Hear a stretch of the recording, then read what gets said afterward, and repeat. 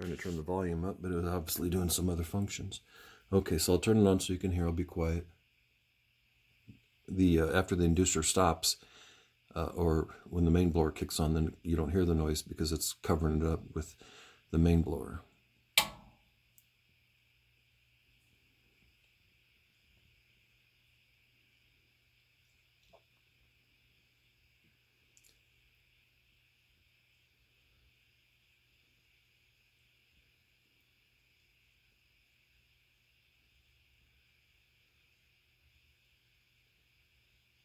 Well, why aren't you kicking on? Oh boy. I'm gonna have to run upstairs. Oh, here it is.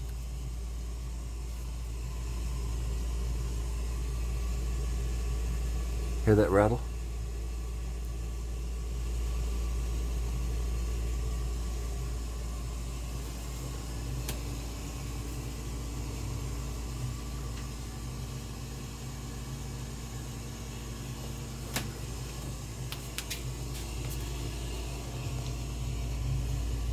That's right, from the burner assembly.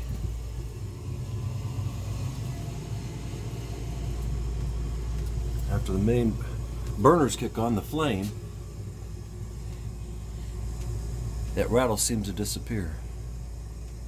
So it's just when the first impeller kicks on before the burners ignite, and then the main blower will kick on.